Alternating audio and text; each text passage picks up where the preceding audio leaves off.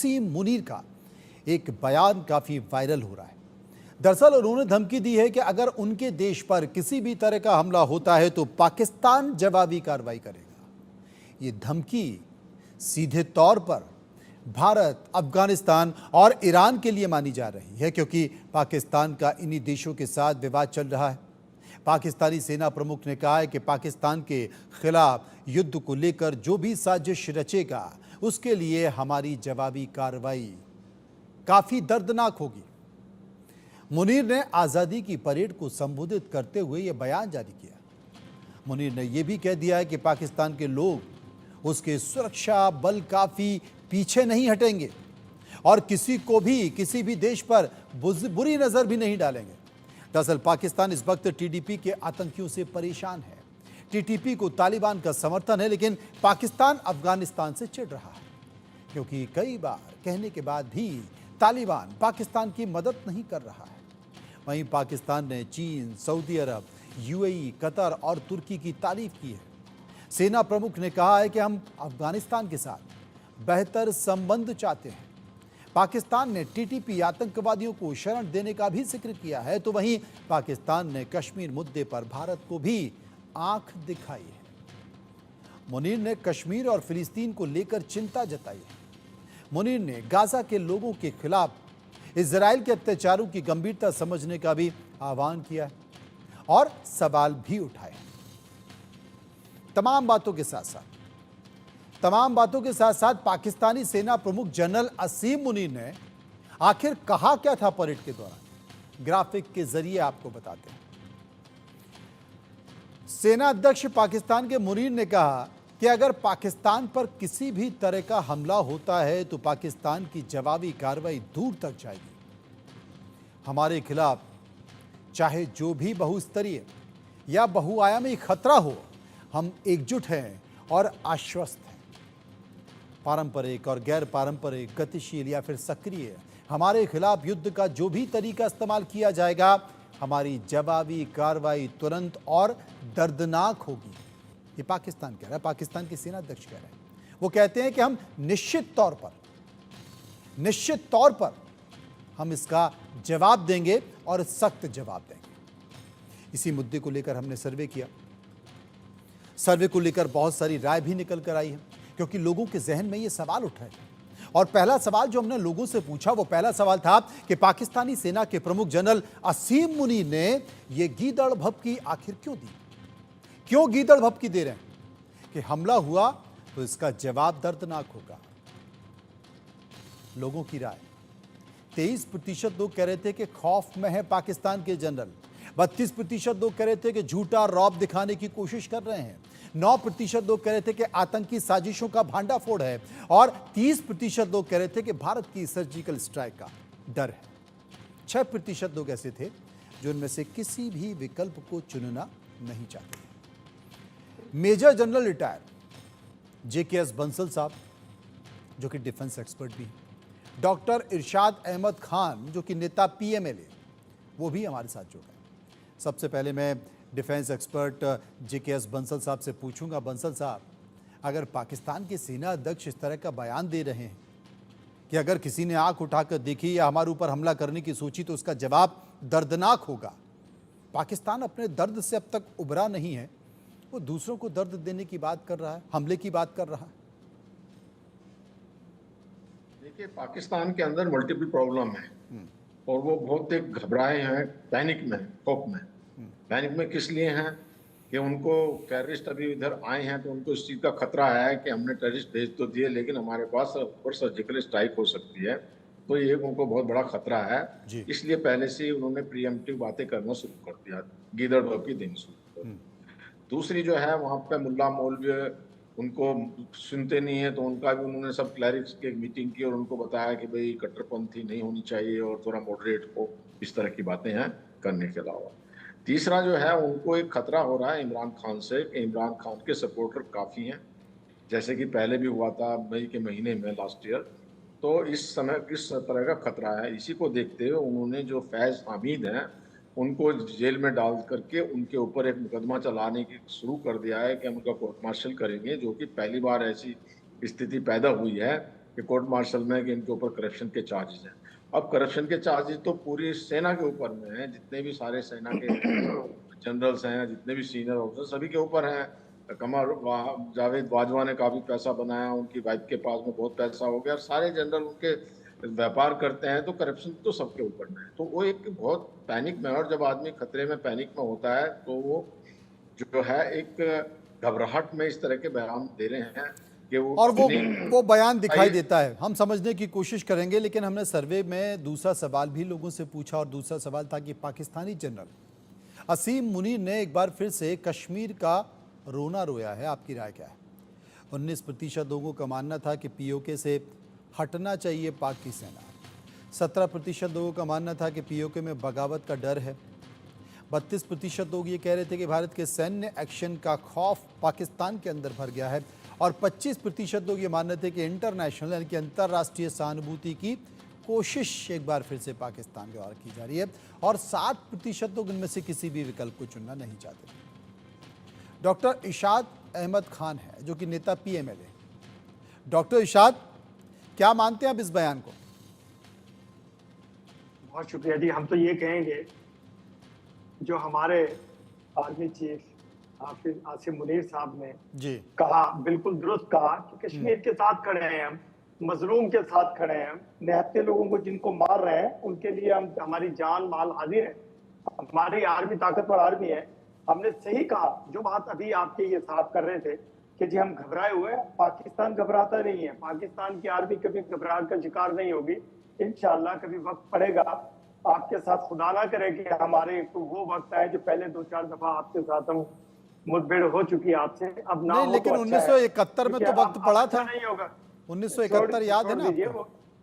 देखिए मुझे बिल्कुल याद है, मैं वही कह रहा हूँ कि अब ना पड़े वो कुछ जो कुछ पहले हुआ। अच्छा।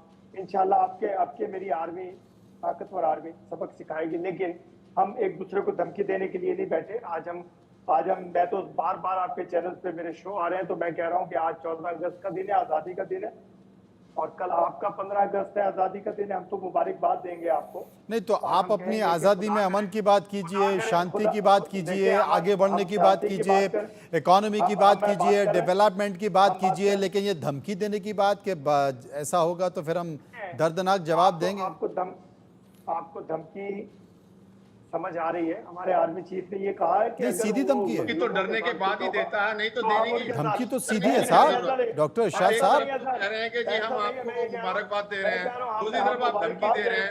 धमकी की बात ही कहां से उठी है? तो धमकी तो तभी आदमी देता है जब वो खतरे में पड़ जाता है, नहीं तो जरूरत ही नहीं है ये बात कहने की आवश्यकता भी क्या है।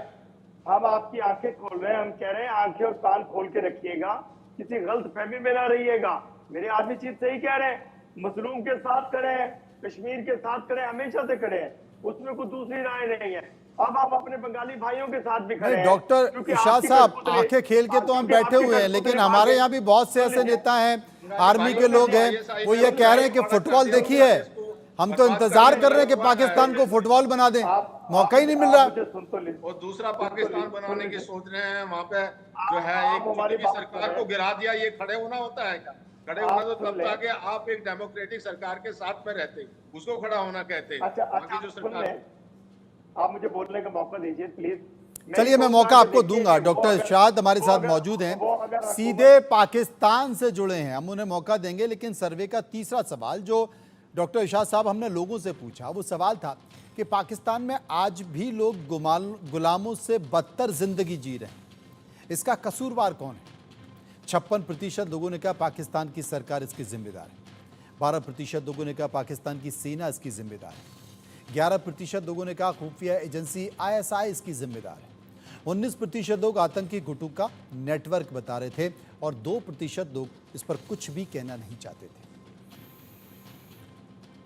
हमारे साथ डिफेंस एक्सपर्ट बंसल साहब मौजूद हैं। बंसल साहब, डॉक्टर इरशाद अभी बात कर रहे थे कि साहब आंखें खोल के रखिए, किसी गलत फहमी में मत रहिए, तो मतलब क्या करें, इनसे डरा जाए, क्या करें? आप ही बताओ, आप तो सेना में। हम डरा नहीं रहे हैं, हम बात कर रहे हैं। नहीं, सुन लीजिए, बातें करने की आवश्यकता है, उसका कारण तो पता चले ना कि ऐसा बात, इतना घबराहट है, उनको चिंता है। वो जो आतंकवादी आ रहे हैं उसकी सर्जिकल स्ट्राइक इन्होंने देख चुके हैं, एयर स्ट्राइक देख चुके हैं, तो इसलिए गलती जो आदमी करता है उसको इस चीज का खतरा रहता है कि अब हमारे ऊपर पलटवार होगा, जो हम गलती कर रहे हैं हमको सजा मिलेगी, उससे वो घबराए हुए कह रहे हैं इस चीज को। तो ये जो ऐसा नहीं है। अदरवाइज तो कहने की कोई बात ही नहीं है। आप एक तरफ तो मुबारकबाद दे रहे हो अभी, अरे तो वो कहने की, और फिर जो है अभी आप ये आपको हमारी बताइए, बात आप हमें बोलने दीजिए थोड़ा सा, फिर हम बताएंगे आपको। आपके जनरल साहब ये भी क्या हुई तो हम उसको जो कुचल देंगे, तो ये सब कहने की बातें ही नहीं है। कौन कहता है? कोई कहना ही नहीं चाहिए। अभी ऐसे कोई ऐसे स्टेटमेंट हिंदुस्तान की तरफ से आते हैं क्या? कोई नहीं आते। देखिए बंसल साहब, मैं अर्ज ये करूंगा, अभी आप कह रहे थे कि बांग्लादेश की हुकूमत हम लोगों ने गिराई, पकड़े आपके लोग जा रहे हैं। देखिए राह के एजेंटों को पकड़ा है, मैं बार बार चीख चीख के कह रहा हूं, लेकिन आप तहकीक करते हैं ना सच सुनते हैं कि आप लोगों के राह के एजेंट बांग्लादेश की फौज की यूनिफॉर्म में पकड़े गए, उन्होंने पकड़ा, ये मानिए। और हुकूमत हिंदुस्तान की चले, देखिए मेरे आप सुनिए, जमाते इस्लामी और आईएसआई का गठबंधन है, और आप मेरी बात तो सुन लें नहीं है। और अच्छा एक चीज बताइए डॉक्टर साहब, डॉक्टर इरशाद एक चीज बताइए, मैं ये सवाल पूछूं, एक सवाल पूछ लूं, उसके बाद आप ही के पास आता हूं। वो सवाल था कि क्या पाकिस्तान को अपनी तरक्की के लिए आतंकी अड्डू का पूरी तरह से सफाया कर देना चाहिए? 94% लोगों ने कहा हाँ, 5% लोगों ने कहा ना, और 1% लोग इस पर कुछ भी कहना नहीं चाहते। डॉक्टर इरशाद, कश्मीर में घाटी में जितने भी आतंकवादी गोली बरपा रहे हैं, कहर बरपा रहे हैं, सबके पास चाइना के वेपन हैं। वो कहाँ से आ रहे हैं? वो सीधे पाकिस्तान से आ रहे हैं। पाकिस्तान में आकर आतंकवादी घटना कर रहे हैं, मारे भी जा रहे हैं। भैया ये सब करने की क्या ज़रूरत है? लेकिन तो आप ही के यहाँ से रहे ना, ट्रेनिंग तो आप ही के यहाँ दी जा रही है ना, और आप ही की सेना उनकी मदद भी कर रही है, उनको घुसपैठ भी कराती है। अब मैं बोलूं कि ना बोलूं? बोलिए। मैं ये कहूंगा कि देखिए भी जरूरत है इस पर दहशतगर्दी खत्म करने की और दहशतगर्दों को मारने की।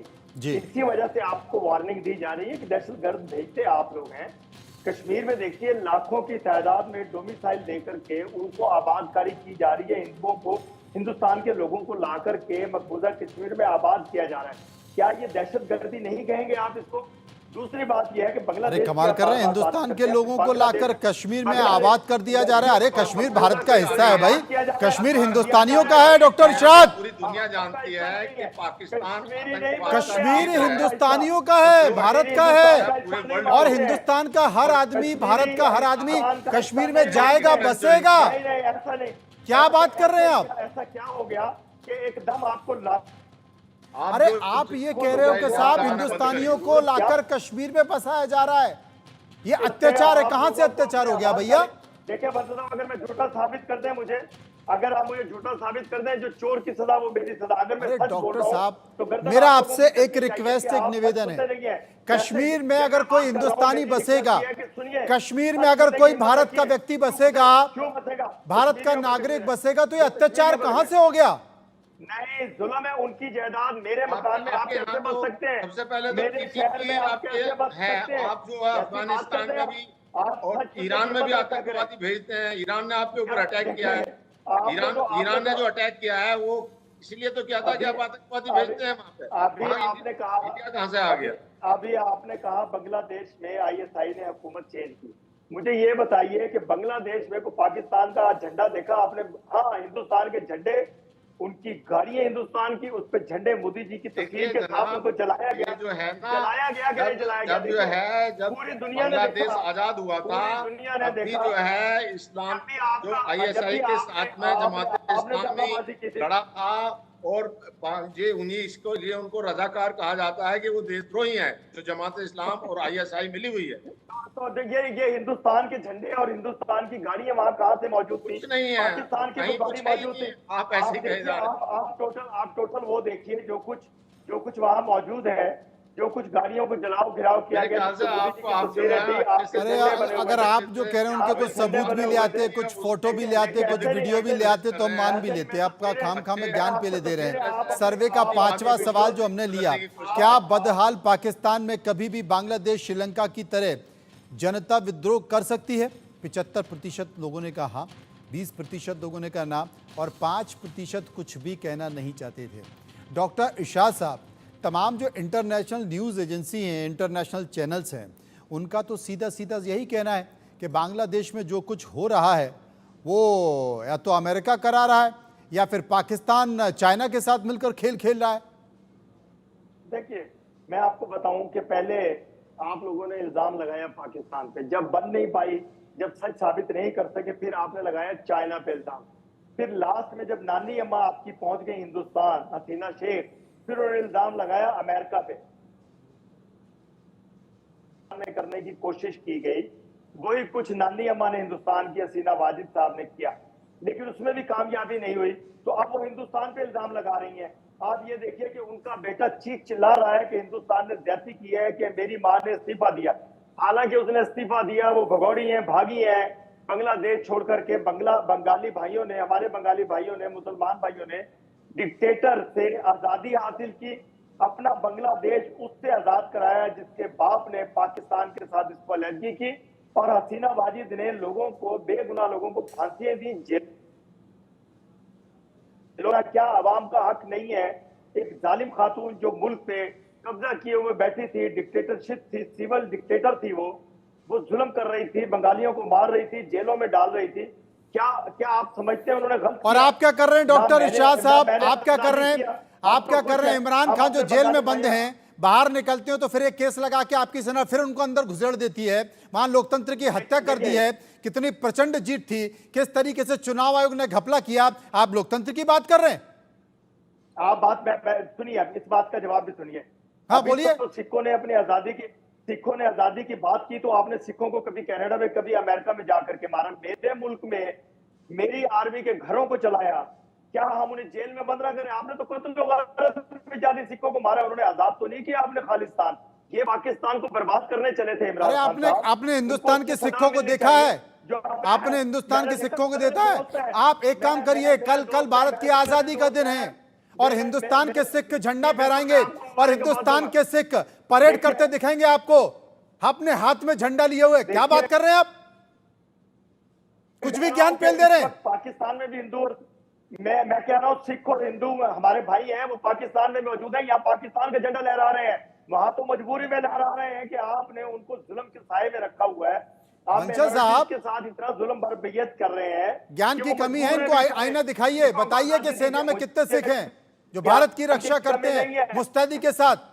मैं हकीकत जानता हूं, आप हकीकत सुनते नहीं है। बिल्कुल आप हकीकत सुनते नहीं है, मैं हकीकत जानता हूं।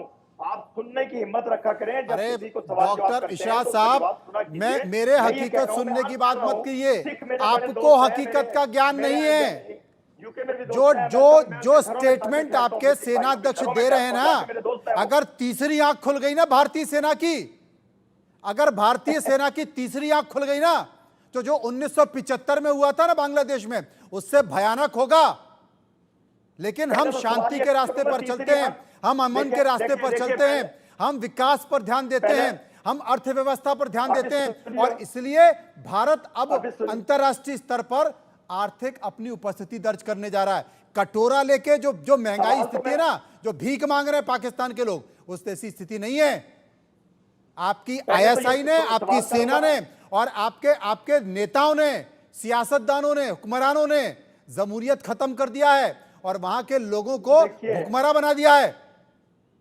देखिए, खुदा की कसम कि इतनी नेमतें और रहमतें रब की पाकिस्तान पे बरसती हैं, कभी पाकिस्तान आकर के देखो कि कितने खुशहाल लोग हैं हम, और कितने माल कर रहे हो। हिंदुस्तान लोग वहां पे आटे की बोरियां छीन रहे हैं, रोटियां छीन रहे हैं, आप कह रहे हो खुशहाल लोग हैं। कितने बदहाल लोग हैं हिंदुस्तान वहां में। पे महंगाई की स्थिति क्या है? रोजगार नहीं है, लोग रोजगार के लिए परेशान हो रहे हैं। बिजली की स्थिति क्या है? और इतना खुशहाल देश है, तभी तो आप अंतरराष्ट्रीय स्तर में कर्जे पे कर्जे मांग रहे हो हर देश से। और आप कर्जे के चक्कर में आपके नेताओं ने पाकिस्तान को चीन में गिरवी रख दिया है। अगर आप इन्हें बोलना है तो मुझे एक सवाल मत कीजिए, या आप बोलते रहिए या मुझे बोलने का मौका दीजिए। बोलिए। मैं ही कह रहा हूँ कि मैंने जो बदहाली देखी, अगर आप मैं तो बड़ी इज्जत और एहतराम से बोल रहा हूं। कुछ भी पेल देंगे, कुछ भी बोल देंगे। नहीं, जब सवाल किया तो जवाब लीजिए, जवाब लेके बाद में तो जवाब ठीक दीजिए। आप झूठे सवाल जवाब मत दीजिए। छोटा सवाल किया। अभी मुझे ये बताइए कि आपकी आर्मी की तीसरी आंख लगी कहाँ हुई है कि तीसरी आंख से आप देख लेंगे तो पता नहीं क्या उखाड़ देंगे पाकिस्तान का। पहले तो तीसरी आंख की जगह पूछूंगा वो है कहाँ। दूसरी बात यह है कि मेरे मुल्क में खुशहाली, मैं तो अर्ज कर रहा हूं कि मेरे मुल्क की खुशहाली देखिए, और मैं हिंदुस्तान की बदहाली देख चुका, मैं बहुत जाता रहा हूं।